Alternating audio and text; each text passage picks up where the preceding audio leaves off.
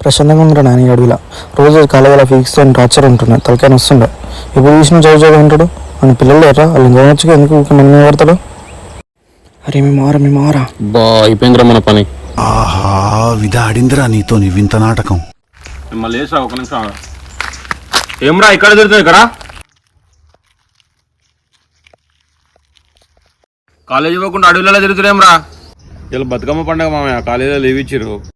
బతుకమ్మ అయితే మీరేం చేస్తారా? చీరలు కట్టుకొని బతుకమ్మ ఆడతారా ఎట్లా?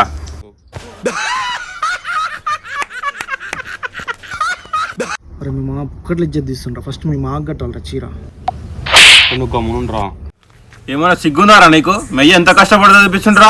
మొన్న ఎంత వచ్చిందా నీకు ఇంటర్లో పర్సెంటేజ్? అరే ఈడే 10th ఫెయిల్ అయిన కొడుకు ఈడేంద్ర మనకు చెప్తున్నావు. అరే నువ్వు గమ్మునుండ్రా ప్లీజ్ రా.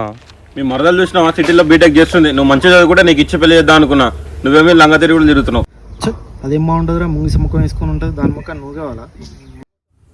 దాన్ని నువ్వు వేసుకుని అనుకో, నీ బతికి పెద్ద మీద లెక్క డోలు కొట్టుకుంటే తిరిగా ఇల్లు.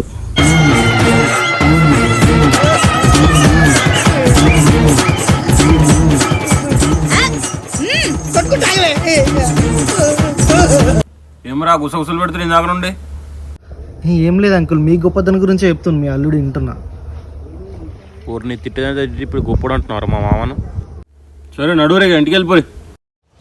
కలిసినప్పుడల్లా ఇంద్ర మీ మా దమ్తం జైలు పోయినా పర్లేదు, కానీ ఎప్పుడు మీ మామ